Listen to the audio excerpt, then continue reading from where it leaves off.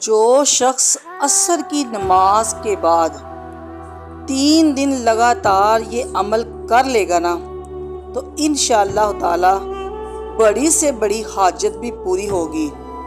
جتنا بڑا آپ لوگوں کا مقصد ہوگا انشاءاللہ پورا ہوگا، اور بڑے سے بڑی پریشانی بھی جو ہوگی آپ کی انشاءاللہ وہ بھی حل ہو جائے گی۔ صرف 3 دن یہ وظیفہ پڑھنا ہے آپ لوگوں نے۔ اول و آخر ایک مرتبہ درود پاک کے ساتھ درمیان میں آپ نے کیا پڑھنا ہے؟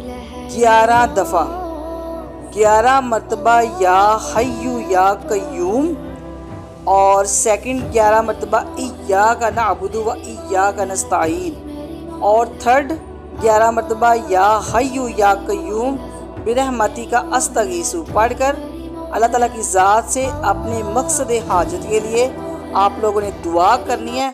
انشاءاللہ تعالی جتنا بھی مشکل کام ہوگا نا آپ لوگوں کا پورا ہو جائے گا، اور اس ریل کو صدقہ جاریہ سمجھ کر آپ لوگ شیئر کر دیں اور میرے چینل کو سبسکرائب کر دیں۔